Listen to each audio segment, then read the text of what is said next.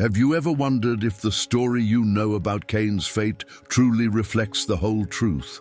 What if I told you that beyond his condemnation, his exile, and the curse proclaimed by God, Cain did not vanish into the shadows, but was welcomed by an inhabited land, a land that was already waiting for him?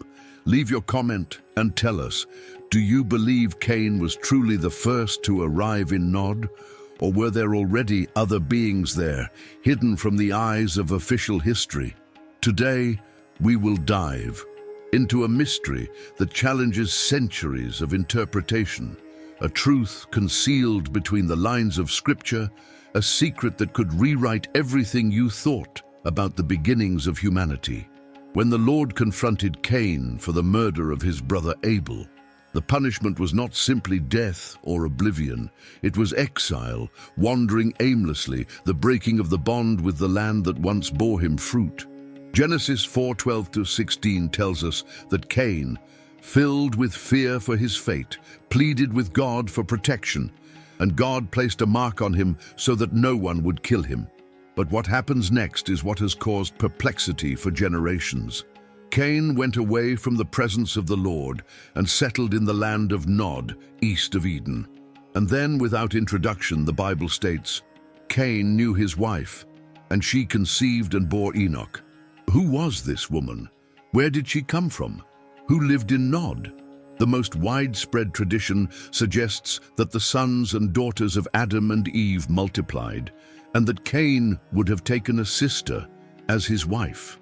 But this linear explanation stumbles over the silence of the text and the spiritual weight of its context. Nod is not merely a geographical place. Nod, whose name means land of wanderers in Hebrew, Enviod, Nod, appears as a region already named, a distinct place with its own identity, where Cain goes to settle, as if what existed there was already inviting him to dwell. It is not said that he founded Nod, nor that he was its first inhabitant, but that he lived there. And this leads us to a question that has troubled mystics, theologians, and truth-seekers. Who were the first inhabitants of Nod? If we consider some rabbinic and mystical traditions, such as those found in the Zohar or the Book of Jubilees, we find suggestions that the antediluvian world was far vaster and more mysterious than we imagine. There are texts that speak of parallel civilizations, of sons of God, B'nai Ha-Elohim, who inhabited distant regions, of beings not directly tied to Adam's lineage. Is it possible that Nod was inhabited by these beings? Could it have been a land of forgotten peoples, bearers of ancient knowledge, even predating the fall of man? Cain's story might not be merely a tragedy of fratricide, but a gateway to a forgotten dimension of human history. Some scholars point out that the structure of Genesis suggests temporal leaps and intentional omissions, as if the sacred text deliberately concealed certain details to awaken a hunger for spiritual revelation in those who seek beyond the obvious. If Nod was populated, then Cain's curse did not lead him to a void, but to an encounter with the unknown. And it is there that the mystery deepens. Gnostic accounts and some apocryphal texts, like the Book of Adam and Eve, mention the existence of earlier or alternative lineages. In some versions, even Lilith, considered by certain texts as the first woman before Eve, would have been banished to eastern regions, and with her a lineage of rebellious spirits or hybrid beings. Could Nod have been one of those regions, the refuge of those ancient exiles? Is it possible that Cain, the marked wanderer, found solace in a community equally separated from Eden? The scriptures do not give us many details about life in Nod, but the fact that Cain builds a city, Enoch, named after his son, suggests he was not alone. What sense would there be in building a city if there were no population to organize? Was the city an expansion of a pre-existing structure, or a way to integrate into an already formed society, contributing his pain and his mark as a cornerstone? The fact that Cain fathered a powerful lineage also adds spiritual tension to this enigma. Among his descendants are figures like Jubal, the father of those who play musical instruments, Tubal Cain, the forger of all instruments of bronze and iron, and Lamech, who introduces polygamy. This suggests an advanced civilization with culture, art, technology, and moral conflicts. Where would they have gained such knowledge? How did this cultural line develop so quickly outside of Eden, if there were not already spiritual and social elements in Nod? The idea that Cain joined an already existing people is not necessarily a contradiction to faith, but an invitation to see revelation as a dynamic process. God did not give us a book of quick answers, but a sacred map that challenges us to dig, seek, and connect. In Proverbs 25:2 we read, "It is the glory of God to conceal a matter, but the glory of kings is to search it out." The story of Nod is, without a doubt, one of those concealed matters, a veiled glory to hasty eyes, but revealed to restless hearts. If God allowed Cain to live, marked him, and led him to Nod, perhaps it was not only for punishment, but for redemption. Perhaps Nod was also a mirror for Cain, a place where others, fallen or forgotten, were also seeking meaning, peace, a God. And among them, Cain's figure may have become a living paradox, the cursed one who bears fruit, the murderer who builds, the wanderer who founds a city. Is this not an image of the divine mystery, of grace manifesting even in the darkest places? And if today, so many centuries later, we still wonder who inhabited Nod, it is because that question also speaks of us. We all have a land of Nod where we once found ourselves exiled. We all carry some mark, some exile, some silence. What if Nod is not just a place, but a spiritual symbol of where God continues to write stories? As we delve deeper into this mystery, we begin to perceive that Nod may not have been just a physical land, but a parallel spiritual reality. In Hebrew, the word Nod derives from the root nud, which carries meanings like to wander, to abandon, to move aimlessly. It is a land of those who were separated, rejected, or chose to distance themselves from the divine presence. If this is true, then Cain's journey to Nod was also a challenge in an existential dimension, the place of the displaced, of those who lost their center, of those who live on the margins of the light. In this sense, the inhabitants of Nod could be understood as wandering spirits, forgotten figures, or even human beings who, for mysterious reasons, were not directly tied to Adam's lineage. Early Christian theology, through authors like Origen and Irenaeus, often addressed the question of other worlds or spiritual orders coexisting with ours. Some of these church fathers defended the idea that God, in his infinite creativity, could well have created different orders of beings, some terrestrial, others celestial, and perhaps even intermediate beings. The land of Nod, therefore, could have been the home of creatures who did not fall like Adam and Eve, but also did not remain in full communion with heaven. A liminal space where Cain, a man between two worlds, would find others like him. It is intriguing that the biblical narrative does not bother to explain where Cain's wife came from. The absence of explanation is not a flaw, it is an invitation to enter into prayer, contemplation, and spiritual excavation. If we take Genesis 5:4 as a basis, which states that Adam fathered sons and daughters besides Cain, Abel, and Seth, we could assume that Cain took a sister with him. But the geography and symbolism of Nod do not easily support this idea.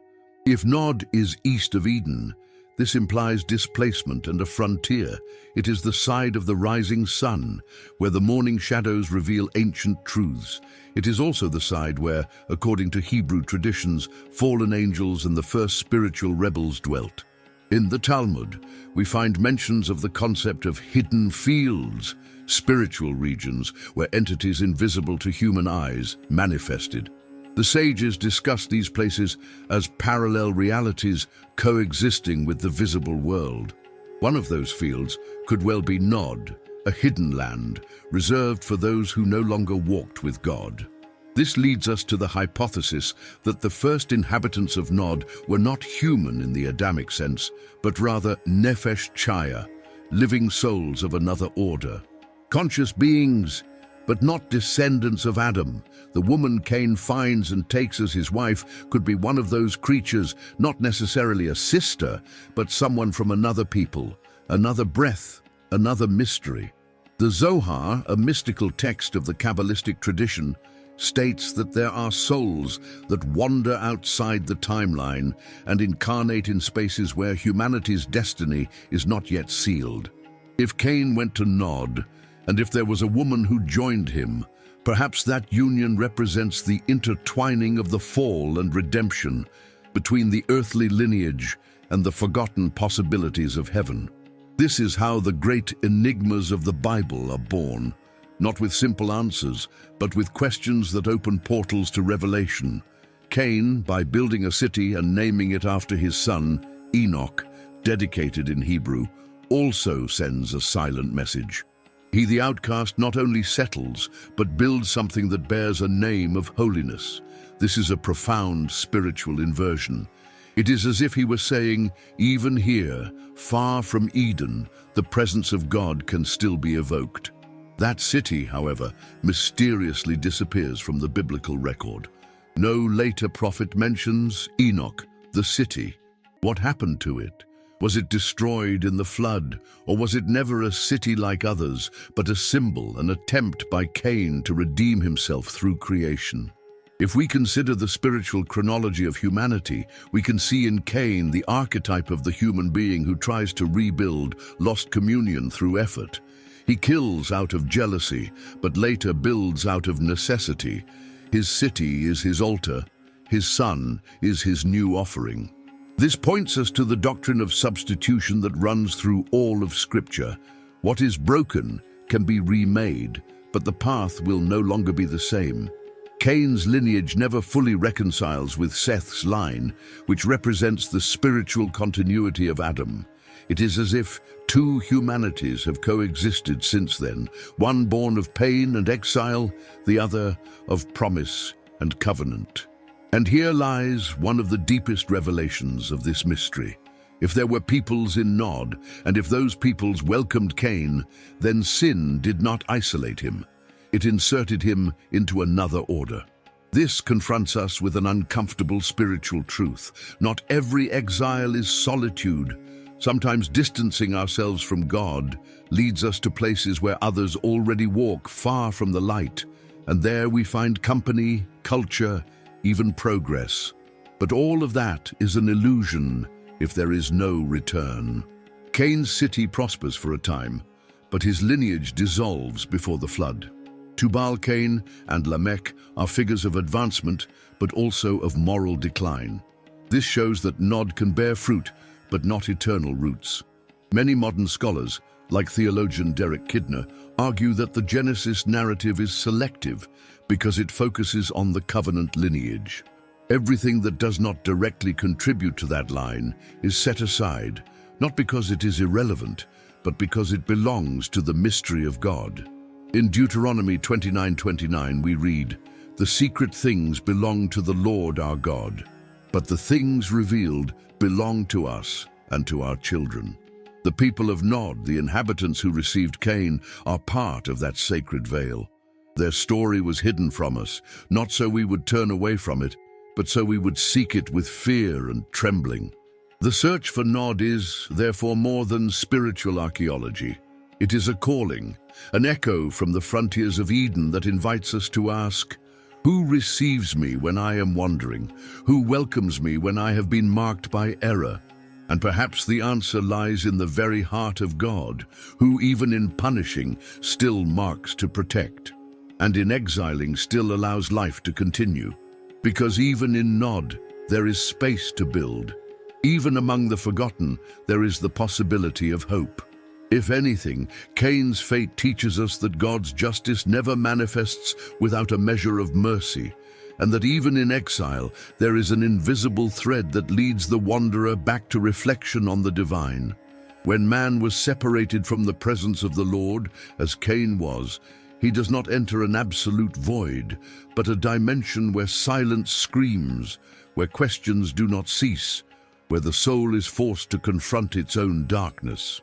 The land of Nod, in this sense, is not just a place where Cain dwelt. It is a spiritual mirror for anyone who has ever felt their steps distant from the light, yet still kept walking, seeking, building, loving, even with the visible mark of error. And that is the tragic and redemptive beauty of the narrative. Cain was not extinguished. He was marked. And the mark, more than a sign of condemnation, became a constant reminder of the grace that does not forget. The inhabitants of Nod, whether forgotten humans, pre-Adamic peoples, spiritual beings, or symbols of fallen humanity, represent that parallel humanity, the one that lives far from the promise, but still under the same God's sky. The hidden story of these peoples is also the story of the invisible in every generation, those who do not appear in genealogies, but who silently witness the divine movement even on the margins. As we close this reflection, we cannot help but notice that the mystery of Nod still resonates today. How many of us live between frontiers, between what we were and what we should be? How many of us build human cities in lands distant from God's presence, trying to make sense of an existence marked by losses, by wrong choices, by voluntary or imposed exiles? But even in those lands, God can reach us. Even in Nod, there is space to start anew, to generate life, to found something with purpose. Perhaps Cain's wife represents what the world forgot, but what God preserved for a moment of reconnection. Perhaps the inhabitants of Nod are those who wait in silence for someone to tell them the truth, to tell them they were not abandoned, that there is still a promise that crosses the deserts of exile. And perhaps, just perhaps, Cain's story was given to us not so we would judge him, but so we would see ourselves in him, not as murderers, but as exiles who still have a path back. And you? Have you ever felt you inhabit a land of Nod? Have you experienced the weight of an invisible mark, a spiritual distance that no one else seems to see? Leave us your comment and share your spiritual reflection. This mystery is not just Cain's, it is ours too. It is the story of all who still seek, still believe, still hope. If this mystery has touched you in some way, subscribe to the channel, share this video with someone who also walks the frontiers of silence and faith. And remember, even in Nod, God still speaks. Even far from Eden, he still watches. And even if the city built by Cain has vanished from the records, the gesture of seeking meaning remains eternal. May that search be yours as well.